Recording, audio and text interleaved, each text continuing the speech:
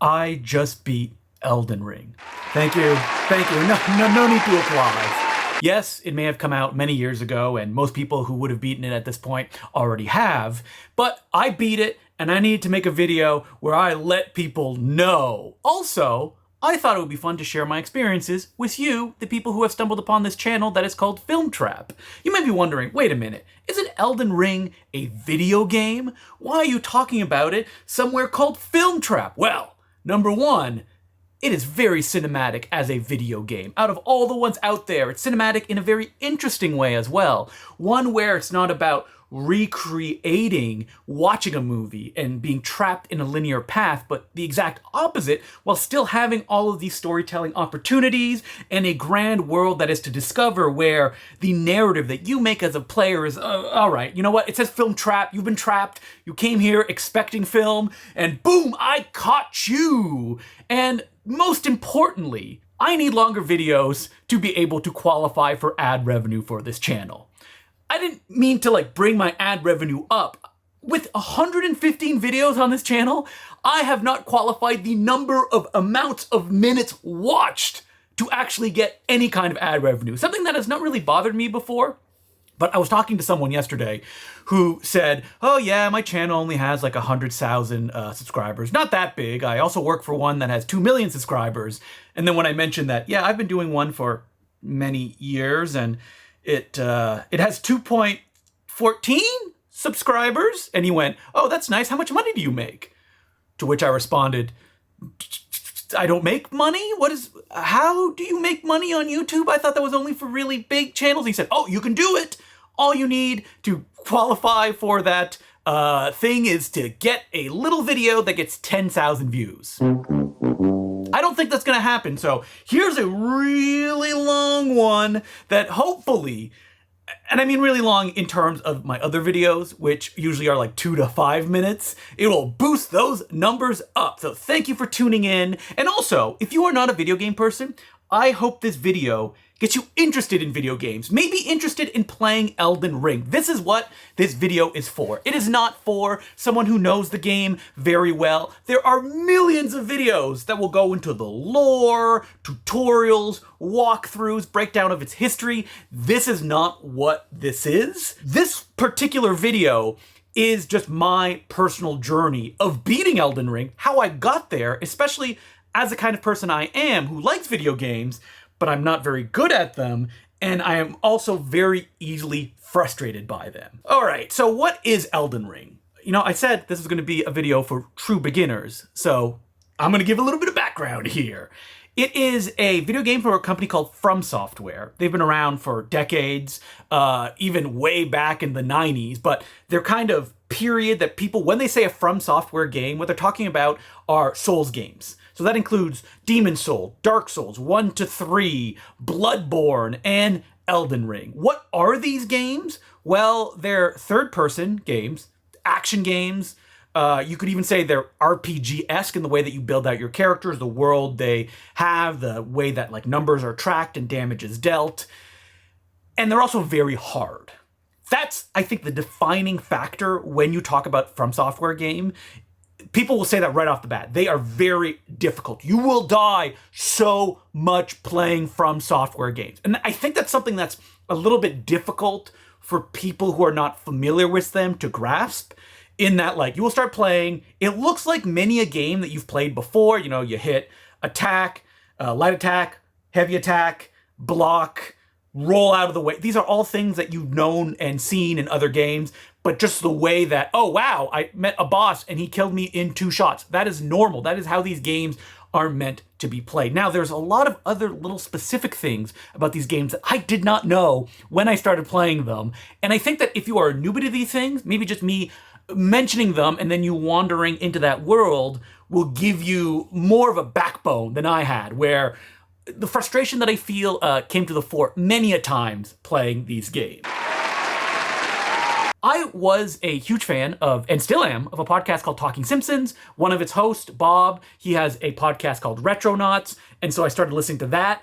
And I am so disconnected from video games that I had not even heard of what a Souls game was until 5 to 7 years ago, and they had already been like very popular, been the dominant thing, to the point that it was kind of like a parody to call things the Dark Souls of. But this is young, innocent Justin who didn't know any of this stuff. But I heard about these games and I went, okay, this sounds like fun. I want to play what everybody else is playing. I have friends who play video games. Some friends who video games is their career, like my pal Matthew Kumar, who's a game designer himself. But he doesn't really talk about video games with me that much. Anytime I try, he kind of like avoids the topic. Almost as if he's like, Justin's the film guy. Why do I have to talk video games with him? Also, he's like a babe in the woods who does not know what Dark Souls is. So let's just avoid that conversation and maybe let's talk about movies again, Justin. That is your main forte. But the thing is, video games were actually the main thing that I loved until the end of high school. But before we get there, I'm laying seeds here to keep you watching throughout this video because, as you may have noticed, I'm not doing any graphics. Well, maybe a few graphics here or there, but no video game clips, which is usually how these kind of things play out, because I can't imagine playing this game again and recording all of it and then having to edit it and put it together in this video. And also, I need to be maybe a little bit different. Wait, what's that? There's a lot of other very popular channels who also do just the talking head thing to a camera. I'm so ignorant of this stuff that I feel like this is completely, totally fresh. So I hear about these games and I go, maybe I want to play one of these. Oh, what's this? Bloodborne is actually available on the PS Plus store. And so I downloaded it. I had a PS4. I believe this is probably around the pandemic. So Elden Ring is about to come out. That sounds really interesting. Everyone's really hyping it up. It's a new FromSoft game. So I'm going to try out one of their games, give it a spin, see what it's like. So I start playing Bloodborne. Again, it's very similar to stuff that I have recognized before. I have played games like this, third-person action games, in the way I've kind of, fritted through the popular video games at the time. I owned a PS3. I owned a PlayStation. I owned an N64.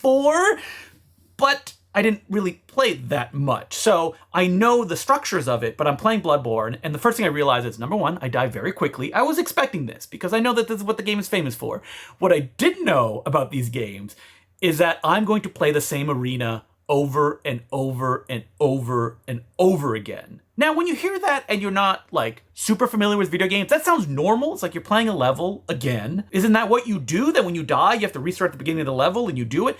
Yes, but it's kind of different in the Soulsborne games in that, like, there's even more repetition to this stuff. It wants you to kind of learn the moves, figure it out, and then by the time you're really good at the game, you can just go right through it. And like many RPG, these games are structured in a way that when you kill enemies, you get, boy, I don't even know what it's called in all the games. I know in Elden Ring, it's runes. So you get little numbers that go up, and then you can go to what's bonfires or sites of grace in Elden Ring, and you pause the game when you go to this little site of grace, and then you can up your stats, your strengths, your endurance, whatever you want to focus on, depending on what kind of build you want to do for your character. So like an RPG, you can focus what kind of character you want, whether it be a strength-based character, you want to wield magic, you want to be really fast. It's really how you want to play these games. And that's what's fun about them, is that there's no set way to do them. Like you play Mario, there's really only one way to play Mario, is that you jump on people's heads, and you try to go, if you want to be a speedrunner, as fast as you can through the level. But like these kind of RPGs, there is many different ways to play, and that's a plus, but it can also be a negative when they're this hard and also this opaque. So I'm playing Bloodborne. I think it's super fun. This is a theme that will continue to play out every time I play one of these Souls games, which is, I think it's really fun for the first 3 hours. I tell everybody, oh my God, I'm playing this game. It's so much fun. And then suddenly I hit a wall. I'm like, this is hard. And I keep dying, and I don't know what to do, and I look online, and there's so many different directions of what I want to do. And Bloodborne, I powered through, but there was a sense of frustration as I was playing this game that, like, am I doing it wrong? Like, I'm looking up guides, I'm looking for ways to go about this, and what I start to realize about this game is that not only does it not hold your hand, that there are whole things that are fairly essential to the game that the game does not tell you how to do. And as someone who, I guess when I come to something, I hope that it will all be there in some way. And as I play through Bloodborne and realize there's like stuff that I'm missing, quests that are so opaque that like you cannot do them, of like going to talk to a character, going to here because this is activated. without looking stuff up. I mean, personally, that's what I think. I've seen people who said, I beat the game without looking anything up. I don't know how I could have done that with Bloodborne. I think I would have given up way ahead of that. But I beat Bloodborne. It's so hard. I finish it. I don't get the final boss. I look it up and it's like, oh, you have to do this and this and this to get the real final. I don't care. Did not like my experience. So Bloodborne, I went out with a bit of a sour taste in my mouth. Started off loving it, ended it being like frustrated, felt I had spent too much time on it. Maybe even just said, you know what? These games are not for me. That's fine. Not every game has to be for me. And this is where I'm going to get into a little bit of a background. I hope you're watching this video and you have maybe a faint familiarity with who I am. Perhaps you've listened to the multitude of podcasts I have, the Important Cinema Club, the Verifying Comic Book Podcast, the Bay Street Video Podcast, No Such Thing as a Bad Movie Podcast. If you're really hardcore, maybe you're a Loose Cannon's Head, defunct one, or if you're super duper hardcore, the Star Wars Puncast, where me and my friends went through the Clone Wars Star Wars series. When I was a kid, I was very creative. I loved to create, and I loved video games. I loved video games. And the thing is, I didn't get to play video games very much. When I was a kid, I believe it was like an early version of Sega. I have to look up what it was, kind of in the Nintendo era, that a neighbor had given me. It had Duck Hunt, it had Shinobi, and I liked playing these games. I was not good at them, and that was it. When I was a kid, my friends had every game under the sun. I would go to a friend's house, they'd have Nintendo games, they would play them, and in that classic kid way, you know, they're playing it, and I couldn't get a turn. I would watch them play, even though that I was thinking like, wait, I'm here, you invited me over to watch you play video games? Not even like a 2-player game or anything? So I loved it, and I wish I could do more of it. I spent a lot of time in elementary school at a babysitter's house. They had an N64. I played Banjo-Kazooie non-stop until I came back after a long break and found that one of the other kids had taken my save file and actually beaten the game, frustrating me to no end. What I'm trying to get at is that I always loved video games, but they were never a constant in my life. They were not something that I could go and play every day, slowly building up skill and understanding about how these work. No, all I could do is like flip through Nintendo Powers obsessively and then go to friends' houses who had a lot of video games, cousins who had every Nintendo game under the sun, a guy who lived down the street who had a Super Scope, which seemed like an impossible tool that I couldn't understand how you could even play a game through that. But I never was allowed to kind of grow with the video games. They were part of my life. But when I actually got to play them, it felt very stressful because I only have this one really quick moment to do it, and then I have to move on. This even played into like, my dad got me a PlayStation, which, oh my God, it was heavenly. I did not live with my dad. I saw my dad once a week and every 2 weekends. So during that time, I could play the PlayStation, but like, how am I supposed to get through any long form game? I had Final Fantasy VII, and I played it, but at a certain point, like, there's such long gaps, and that game moves so slowly that I friggin' soft lock myself at a boss, and I could not get around it. What am I supposed to do? Restart? It's gonna take me another year playing it like once a week to get through that. So most of my life playing video games, up until 10 years ago, was very limited. Like little pockets of time here or there that felt very high pressure, had to get through it a lot. Some of my most cherished video game memories when I was a kid, other than the ones that I imagined in my head from, the magazines that I would read. Hats off to Electronic Gaming Monthly, PlayStation Magazine, and the one that I opened up in a grocery store and then someone caught me doing it and asked me, did you open that magazine? And I said, no, completely terrified. And he kept asking me and I kept saying no until he finally left.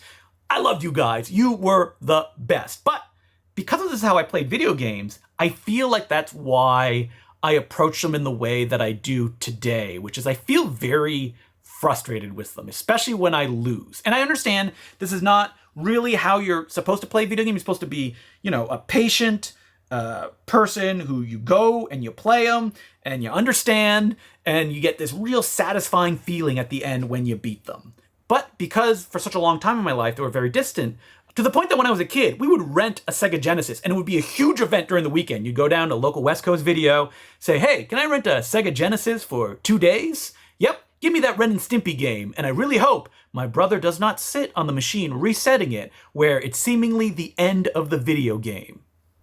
But yeah, so like I got into film when I got into high school, and I kind of left video games behind. There would be things that I would play here or there, like when I finally got a phone and I would play one of those endless running games, but I completely missed like the Nintendo DS generation. Forget Game Boy Advance. Actually, you know what? I did have a Game Boy when I was a kid. I just remembered this. But the games that I had it for were Bart and the Beanstalk, awful, the terrible Spider-Man Game Boy game, and Tetris.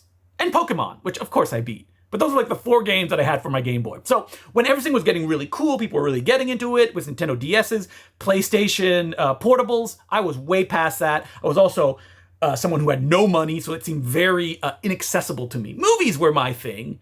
But now as I get older and I've watched a lot of movies, video games keep, coming back. Oh, and I completely forgot to mention that when I was a kid, I was so obsessed with video games and didn't have them that I wanted to be a video game designer before I wanted to be a movie maker. I would spend so much time learning stuff like BASIC, playing text adventure games, learning Inform, which is an infocom coding language, and trying to learn C++ and Visual Basic and failing miserably at it. I was not a coding person. I don't think I ever will be. It's just my brain doesn't work in that way. Perhaps one day I will be a Hideo Kojima who can sit there and go, could you work faster and also implement this impossible to do idea that I'm sure you hard coders were able to figure out. Perhaps that will be in my future. I would still love to make games. I'm always thinking about games. I was a kid that would like draw the games out on paper and like have my friends play through them. So like gaming has always been a very important part of my life. I realize there's a lot of backstory, but I'll get to the FromSoft games soon. I just want to give a little bit of context. And so I'm missing huge generations of games. I own a PlayStation 2, but only because it was a Blu-ray player. I barely played any games on it. And I got a PlayStation 4 because the pandemic hit. That's how I was playing Bloodborne. And this is the kind of gamer that I am, that I get frustrated fairly easily when I play games, especially when they seem very opaque and I'm missing stuff. And this is very important with FromSoftware games. I don't think these games can be played without looking information up on them. Okay, you know what? They can be played, but not in a satisfying manner. People will deny this. People are going to be yelling in the comments. Please don't. Please don't yell in the comments at me. If you playing this game, it was much easier than I ever did, then you're a better person than I am. But I don't think I could do it because they're just mechanics that the game never tells you. Like in Bloodborne. Stuff that like, you're hitting buttons and something weird is happening, but wait, what's going on? Like, am I doing something right or am I doing something wrong? And Bloodborne is the kind of game that like, you could bang your head against it over and over and over again, and you're just doing it wrong because you're playing it thinking you're supposed to do this kind of stuff, but when in reality, maybe you wandered into a section you're not supposed to go and you're too underleveled and not powerful enough to fight this thing. So it's not just that you don't understand the game. Well, you don't understand the game, but that you're not supposed to be there. This brings me to Dark Souls. So if Bloodborne was such a miserable experience, why did I play Dark Souls? I don't know. Maybe I was listening to the Retronauts. The Dark Souls came up again and I went, you know what? Maybe I bounced off Bloodborne. Let me try again. People keep talking about this. And there's something in there that I like. So let me go back. In Dark Souls, oh man, those first 4 hours, loved it. So much fun, much more linear than Bloodborne, which felt a little bit more open, and I tended to get lost as I was playing it. But Bloodborne is linear. I figured out where to go. I fought skeletons for way too long, like everybody does who plays this game, because they will kill you instantly. You are not supposed to fight them, even though that they're accessible right there. But like as I'm getting into it, it's super fun until it wasn't. There was a point when I was playing Dark Souls and I went, you know what? It's just frustrating. I just remember why I played Dark Souls. And that's because I played it on the Nintendo Switch. And speaking of being frustrated playing video games, the Nintendo Switch suddenly offered me a secret that playing Bloodborne on PS4 did not. I could hit the power button, put it away, and then move on with my life when I got frustrated. When you play the PS4, you gotta boot it up, you gotta go through the menus, you gotta start the game, you gotta load up, etc., etc. On the Nintendo Switch, boom, you could hit the power off button, put it away, and then I could come back to it, hit the power button, get right back into it, and then go for it. That's another thing with these FromSoftware games. You cannot pause them. So if perhaps your significant other comes into the room and says, hey, I have something very important to say, usually when you play a game, you pause, you turn toward them and go, yes, you can say it now, as opposed to when you play a FromSoftware game and you go, oh my God, please, I'm in a very difficult boss, this is very important. But man, with Nintendo Switch, boop, power off, put it away. I thought it was the perfect way to play the game until the frustration level, it got too hard, never again. Of course, I came back to the FromSoftware games. Elden Ring, everyone's talking about it. You know, I'm a very easy to influence person. If you tell me that something is coming out and that it's really great, even though that like, you know, I've played them and I've ended these games in frustration, Bloodborne, Dark Souls, will I actually like Elden Ring? Maybe. I love those first 3 hours every time. Maybe Elden Ring, for me, they will have figured it out. Something you hear about these games a lot is you just gotta get good. It's kind of a meme that goes around on places like Reddit, where someone will have a question and the response would be just like, get good. Here's the thing about me when I play these games. I am not good at them. I don't think I will ever really get good at them, because the way that you're meant to play them is that you look at the bosses, you see the attacks that they do, and then you can react based on the attack that is coming. Like they like charge up an attack and they're coming at you. And then you're like, oh, it's this kind of attack. I need to block or I need to roll. And then I can, deliver the next move. And so they have a certain number of attacks. You just need to learn what they are and then you react to them. When I play these games, I'm like, I'm just hitting the button really hard, maybe gripping the shield button as hard as I can too, just running at them. There's a little bit of strategy that I can figure out, but it's really like by the seat of my pants. That maybe it comes down to that like frustration thing that I am not good at being a computer and figuring out how these games work. So I have to approach them in a way where I use a little bit of strategy, of course, where I'm running at them, I'm attacking, I'm blocking, but I'm not learning their moves. I don't think I'll ever be able to learn their moves. Anytime I've tried to like, all right, yeah, this move and that move, I'll start playing and be like, That may be that like block that is frustrating me, but like I've played these games for hundreds of hours now. I ain't getting any better. And I've tried. I can promise you, I've tried to play these games the way that they were meant to be played, but I still like playing them. So I keep doing it. And so Elden Ring came out and I decided, all right, I'm going to approach this differently. I am going to build a mage so I can stand back and I can just shoot energy at all the villains that I meet. It's going to be a completely different way than Dark Souls or Bloodborne, just magic based. So I do it, it's super fun, then I hit a wall. Now I get far in Elden Ring, really far, but at a certain point, I just could not play anymore. I found myself rune farming, which is what you do when you want to level up. So you need runes to level your level up. But something about these games, which I can't believe I have not mentioned, and I'm already like 20 minutes into this, is that you get runes when you kill enemies, but when you die, you lose those runes until you go and get your body. And once you select your body, you get all the runes, and then you have to go to a fire. And then only at the fire, you can level up. I understand if you've never played these games, that sounds very complicated, and it is complicated in that it's frustrating because it's a game that is set up in a way that you do a lot of work and then you fail without getting anything. You know, the designers have said that's what they want the game to be, that it's like a learning experience, that dying is not the end of it, that you can keep going afterwards. Even if you spent all this time and you get nothing out of it, at the end of the day, you're playing a video game. Technically, materially, you're not getting anything other than the experience itself. So isn't that enough? No, it's not. I would find it so frustrating. And so at a certain point in Elden Ring, I'm like rune farming. I looked up videos and I'm doing what you're supposed to do. And I go, what is, this is so mechanical. I am not enjoying this. Why? No. All right. I was like a level 120 and I hit this boss.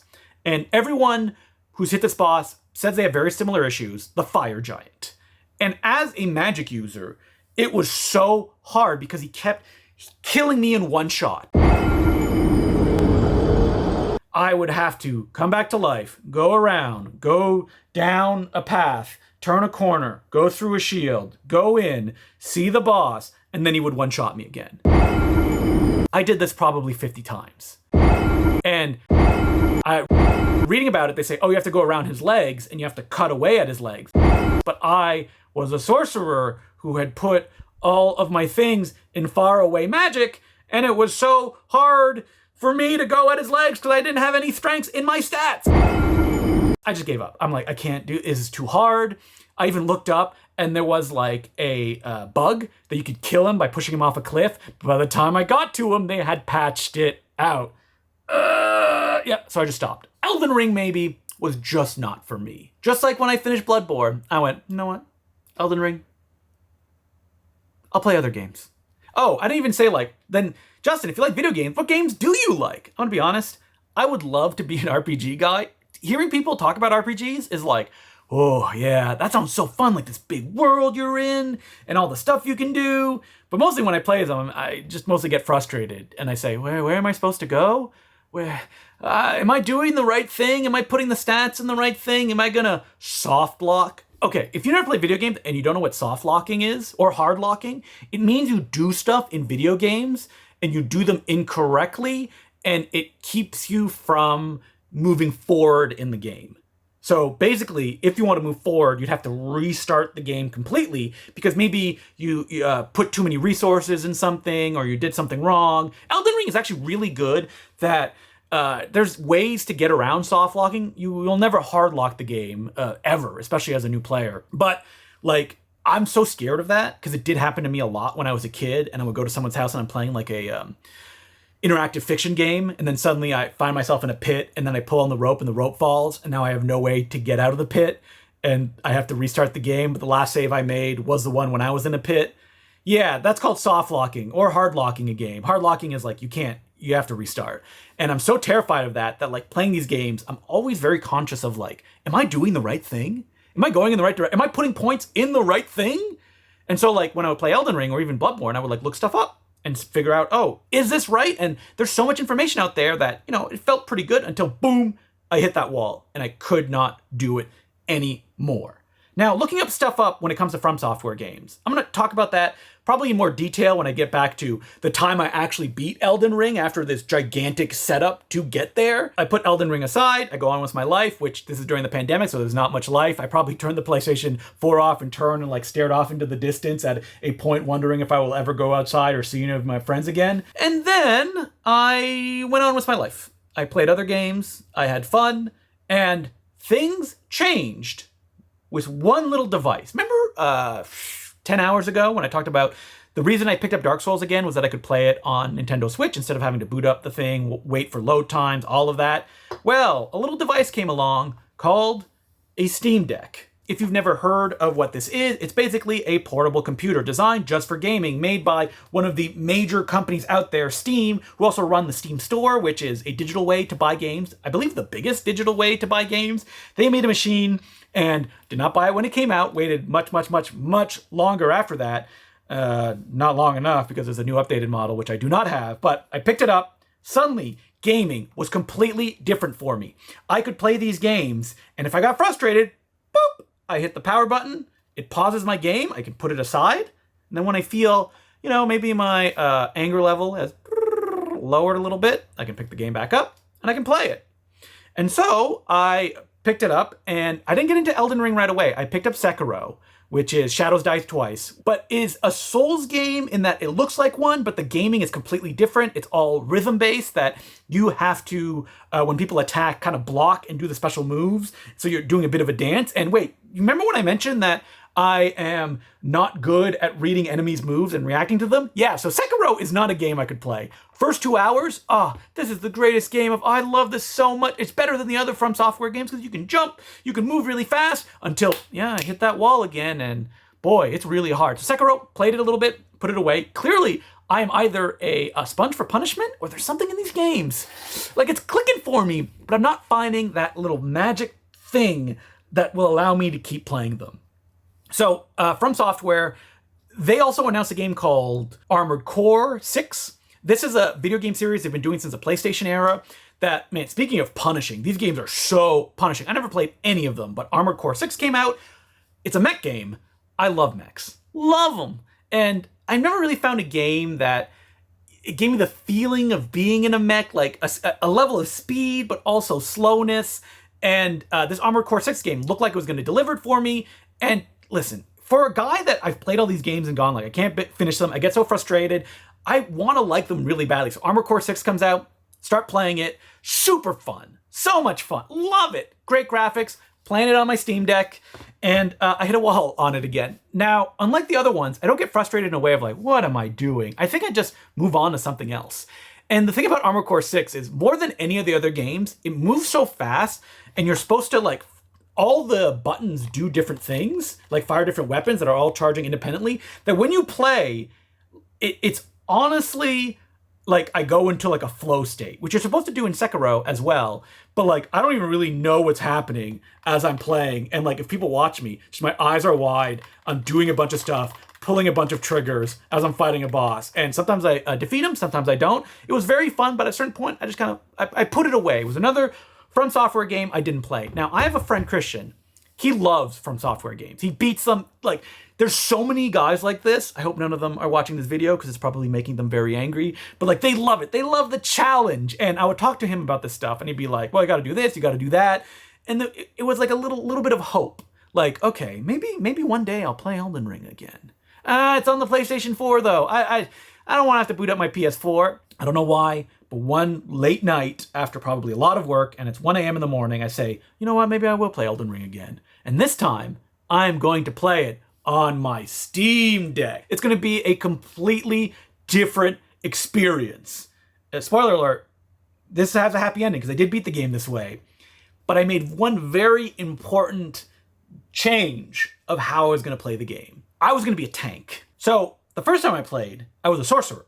Very weak. That like when you play a boss, if you make one false move, you're dead. You got to restart again, go back to the load point, walk over to the boss, restart the fight all over again. And you can be taken out boop, like that if you don't know their moves. This time, I decided I'm going to put everything in strength and vitality, so I have a lot of life. And when I hit, it hits really strong.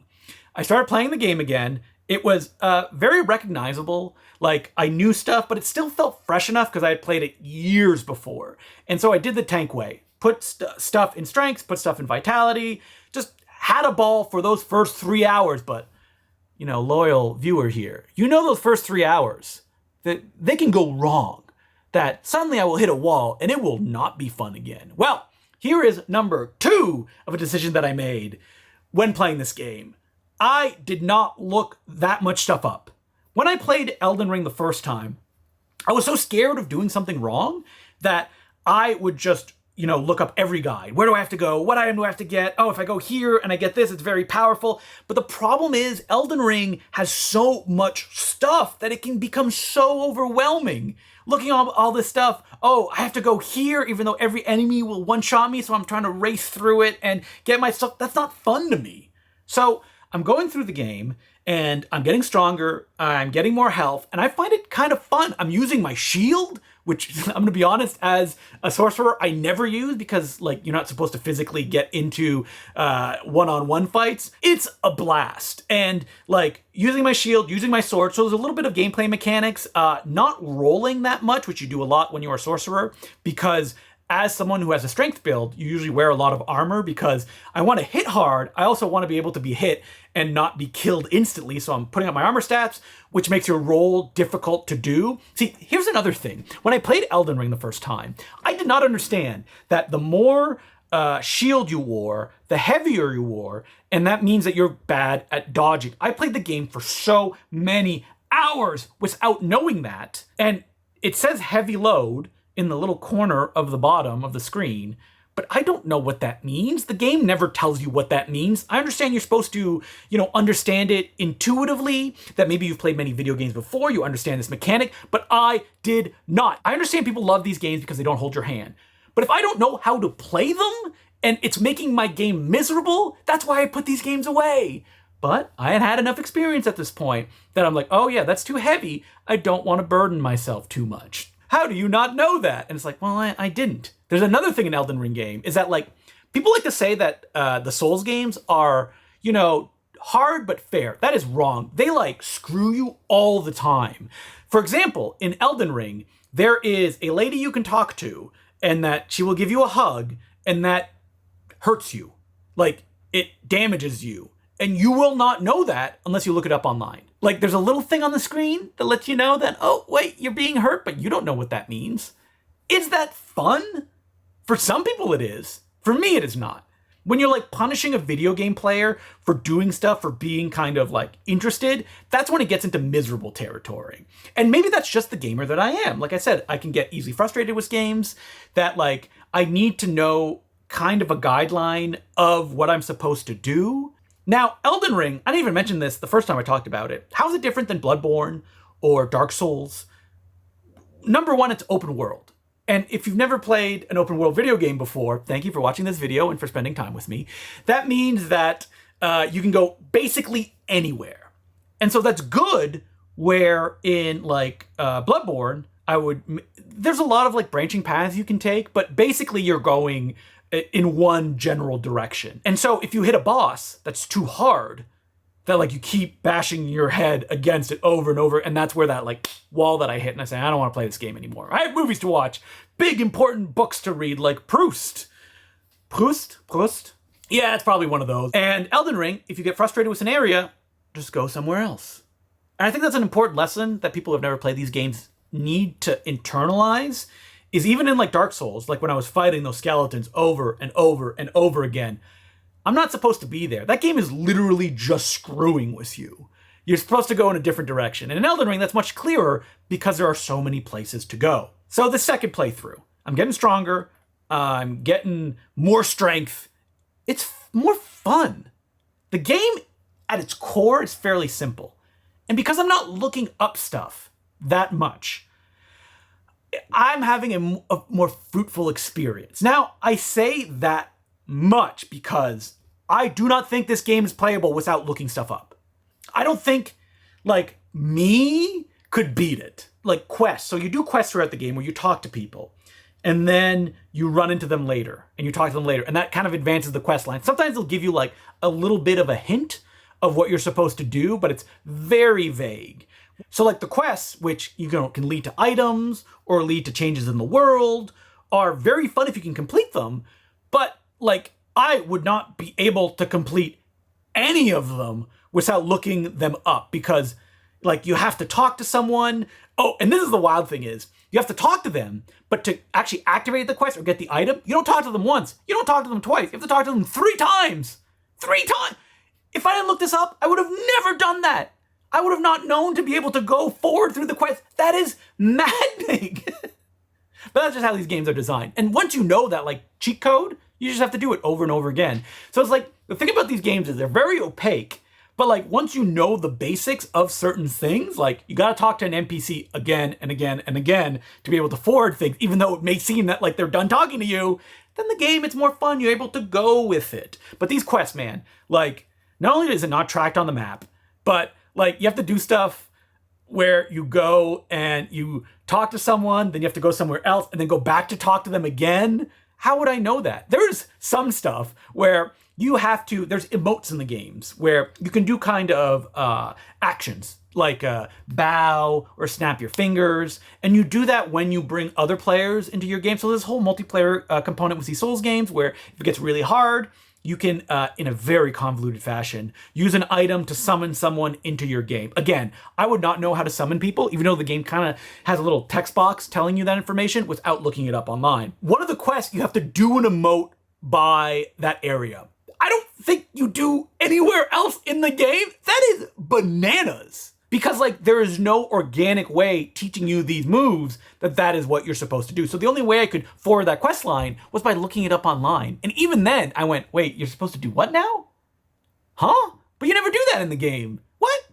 There's another thing where like to get to certain areas, you have to go to a coffin and you hit a button that puts you in a coffin and brings you to that area. But you never do that until then. There's really not that many things you can interact with in these games. There's like levers, there's little things where you open portals, but like coffins? No. You don't do, there's coffins everywhere. Why would I go up to this particular coffin and wait for a little thing to come up that I could hit Y to activate it and do it? No, this is bad. I do not like this. But these are things I do not like. And I don't want to focus too much on those. I mean, if I just say the game is opaque and that you need to look stuff up, that is the most important thing to do. That if you hit a wall when you're playing these games, just look it up. That's how I did it. That if I was like fighting a boss and I'm like, I cannot beat this boss. What am I supposed to do? Oh, that's because this is not an essential boss, as I find online, and I'm supposed to be much higher level before I get to them. Even though it feels, following the path that I did, that this is the way that I have to go to be able to beat and continue throughout the game. There's a lot of sections like that, and I think you just need to be aware that this game is meant for you to go online and find information. It just is, in the same way that the game is designed to be able to bring players into the game to help you out if you're having a lot of difficulty. You yourself are supposed to go online to find help. It's just like another form of that. And you got to get beyond the block of like, well, I don't want to look up anything. I just want to do it myself. You will not have a fully formed game experience. But then again, don't use the online guides as a roadmap. It's not fun. This is a game, Elden Ring, of exploration. That is what's fun. When I play video games, I don't find that much satisfaction about beating games. What really satisfies me is discovering stuff, playing the game, watching the world open up, maybe even new mechanics being introduced to me, which would be very nice, Elden Ring, if you explained to me how to do it. And that's what I love. And Elden Ring has so much of that. The world is so rich. The lore is complicated and dense, but fun as you're going through it, that you don't need to understand exactly what's going on because there's enough of an atmosphere and mood that it is very enjoyable, which is probably why I keep going back to these games that like, I like the gameplay loop, but I really like the world and like the vibe of it all. And there is, I said I'm not satisfied when I beat things. There is a sense of satisfaction when you beat bosses because then I feel like a door is opening and I'm going to discover more stuff. So like, that's why I play these games. For me, the most unsatisfying part of these like Soulsborne's game is when they end, where I reach that end point. I mean the narrative end point, not like, there's more stuff for me to do. I always find it very like, oh, that's it? All right then. And that's probably just my brain is expecting more and more worlds to open because that's what I love so much. That like many games I've played, I've reached the final boss and gone, I cannot beat this boss, and then just put the game away. Which again, just goes to show I'm not a very good gamer, but I love video games. And that's why I get all the way to that point because I love discovering all of this new stuff. Speaking of like broken things, there is a mechanic in Elden Ring where you can summon spirit ashes, which then help you. Super useful. Of course, if you read up on it online, everyone uses what's called a mimic tier, which mimics you. And then it's basically you and your ghost fighting bosses. Both times I've played this game, I have missed this add-on completely. And it's been difficult looking up the information online how to reactivate it. My God, this is like an essential part of the game, especially if you have a weak build and you can miss it completely and then have difficulty trying to reactivate it with instructions. These games are very janky. A lot of people love that jank. But then I come back again and I beat this game, which you may be very surprised about considering how much I've complained up to this point. But that's just because I want to get those complaints out of the way to get you prepared for what the game is. Again, I expect that you've never done any of these games, but I think it is so much fun. Again, the world, just the combat loop. I have so much fun playing with it, and it's only when I hit that wall of frustration where I have to do something over and over and over again, and I don't feel like I'm learning anything or I'm figuring out different ways, that's when I don't like playing this game. And when it's at its perfect balance, where I was doing a strength build so I could take some hits because I'm a bad player, that I was using what's called the Spirit Ashes to summon a version of me that would help out, and that I would only look stuff up if I got really stuck. That's when the game, in my opinion, is fun. The thing about looking stuff up as well is that you don't want to be caught in a loop of playing the game the best these players have done it, because then you're just mechanically going through stuff. And I think that doing things yourself is very important because there's a sense of satisfaction there. You will miss stuff. You will miss important items, quests, maybe even lands if you don't look stuff up. But that's fine. You don't need to do everything. You just don't. That's something that I have a difficulty internalizing for myself. But playing Elden Ring this way of just going with the flow until I can't, that's what I found really fun. And so I don't expect you to play exactly like me, but if you're a beginner like me, strength build, where you have heavy armor, you put everything in vitality and endurance, you get the weapon where the numbers go up so you know it's doing a lot of damage, that's the way to do it. That's what I would recommend for anyone who have never done this before, because it's doable in that form. You're going to hit walls. Even if you feel like you're doing everything right, you follow all the guide, you're still going to get a boss that's going to one-hit you.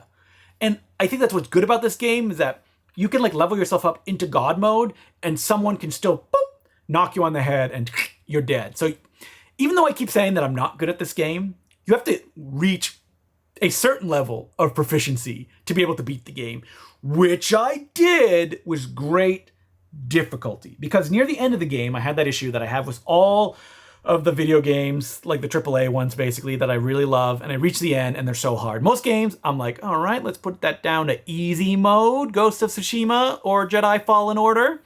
But this one I could not do, and you just have to play through it. And I actually decided, you know what? This is so hard. I spent so much time on this. I'm gonna put it away. I don't need to beat it. What are they gonna be like? One little cinematic at the end? Pfft, doesn't matter. Put it away. And it started itching at me. I gotta do it. I gotta finish this game. And all right, you know what? I did it. And it took 2 more days, I think, to beat the 2 final bosses, which is incredibly frustrating because it's one boss that's really hard, and then you have to fight another boss right after that's completely different, but you don't get any of your stuff replenished. So yeah, it's super duper hard. And if you can't do it, that's fine. You can call somebody into the game to help you finish it, which on my first playthrough, I did a lot. I kept calling in players when I would face bosses to help me get through them. The second time, I did not call many players in, but I was also using Spirit Ashes. So, you know, that's technically calling in myself to help me defeat these bosses. And I find them doable in that way. So I did beat the game and I found it satisfying, and I even kept playing because I wasn't looking up guides. I missed so much stuff. I missed whole worlds, like lands that I just skipped. And because to get there is very and I even went through that stuff. That like it was really fun to go through it. There were enemies that could still one-shot hit me, but there's more to discover, and that's what I love about these games. And I could do it in this, and so I love discovering that stuff. Again, on the complaints avenue, some of the ways to get to these lands I could never have done without looking up guides. Just no way. I would have just like slammed headfirst into it. What? I have to go to a snowfield and then find a portal and that'll teleport me to this. What? No! Streamline it, please. Just a little bit. Just streamline these games just a little bit, please. That's part of their design. That's just the way that they are. It should be less me getting frustrated with this and me just going, you know what? It's part of that From Software magic, the thing that people keep gravitating towards. That now I understand better, having gone through the whole game, beaten it, had a very satisfying experience, reached the hardest boss in the game that's not essential, and going, she has 2 phases? Are you kidding me? That I spent so much time, I defeated her, I thought she was done. Oh wow, I beat the hardest boss, and then she's harder and she has all her life back and I get nothing back? I hit power on my Steam Deck and I just put it away. Oh, another reason I like to play on Steam Deck. You can't pause this game, but on Steam Deck, you can hit the power button and it will pause your game and you can put it away. Now, if you're playing online this game is usually set in always online mode, when you boot up, it may kick you out, being like, wait, you're not online anymore. But when you restart the game, it will put you right where you were, not even at the checkpoint. So that is a gamble I was willing to do, because when important stuff would happen and I'm at the big boss and it's really hard and I hit the power button because someone is talking to me and it's very important, I could just come right back and restart playing. So again, I could not beat these games without a Steam Deck or a handheld. So if you want to play these games, I would highly recommend. I just love this machine too so much. In all of my years of video gaming, considering that I only ever had a Game Boy and a Nintendo Switch, and this is my first, or I guess third handheld, I love this so. I like playing games on a big screen, but I find the kind of mechanics of starting it and going to play and then having to exit, life is short. And so Steam Deck, I can't imagine mainly playing on anything that's not a handheld. Even though that like people say, oh, it's not powerful. It's more than powerful enough to play Elden Ring, a janky game graphically in its own way, but again, very atmospheric. So I beat Elden Ring. Yeah, woo! What would I say to people? Tips of how to get through it and not make the same mistakes that I do. First of all, don't farm. So farming is when you go to an area, and this is like a common RPG thing, and you kill enemies to get experience points to make your levels go up, to make, the bosses you have to fight a little bit easier. Farming sucks. It's not fun. Like, people would tell me, oh, you can get like things that can run it automatically and play it. Why would I do that? That's not playing the game. What? No. Don't farm. I did a little bit of it in my second playthrough. Mostly like near the end game where I had like a lot of runes and I didn't want to lose them. So I would go and farm, top myself up so I could level myself up. But I did it minimally, and even then I felt like I did it too much. That just play the game. A lot of the bosses will give you a lot of runes, just level up right after that, and like you can beat the game without having to farm at all. Number 2, if you keep dying against a boss, just look it up. Look if you're supposed to be there. Like, there's so many of the bosses I kept fighting again and again, thinking that it was me making a mistake, and then realizing, oh, I'm not supposed to be here. Number 3, be ready to give up the game when you have to. Like, if you're getting frustrated, don't keep fighting it because that level of kind of, steaming, boiling over will get too hot. Just put the game away. Come back to it when you're ready again. If you're in that groove, you will come back to it again. It'll be calling to you. You will not be able to not say no. Most importantly, out of these things, don't marathon playthroughs. This is something that's very difficult for me. So one of the reasons I got back into Elden Ring is that I have so much work to do during the day that but I can't do that work at night. Mostly because it's too loud, I have to record things, maybe I'm moving around too much. I can't use my guillotine thing to cut the booklets that I need to do for my Golden Ninja Video Blu-rays. If you like Blu-rays, check out goldenninjavideo.com. And so I found myself not being able to sleep because I'm a bit of a night owl, and didn't really want to watch movies, so I play video games, and I would get just sucked into it until it is the wee hours of the morning. Figure out a system for that not to happen, especially when you play late at night. I suffer from night terrors, and I feel like it made my night terrors worse, mostly because your blood pressure rises when you're playing these games. It does. You get really ugh. And so when I would sleep, I feel like I'd be and couldn't think because my thoughts were racing. So don't marathon it. I mean, if you can, don't play it at night, but the reality is many of us have to play it at night. That's the only really way we can do it. And finally, the most important thing after all of this big long ramble, getting my video count up to there, getting those minutes up. Thank you for watching with me. I hope that you've gained something from this. At the end of the day, this whole video is I beat Elden Ring, and should you too? ? And the answer is yes.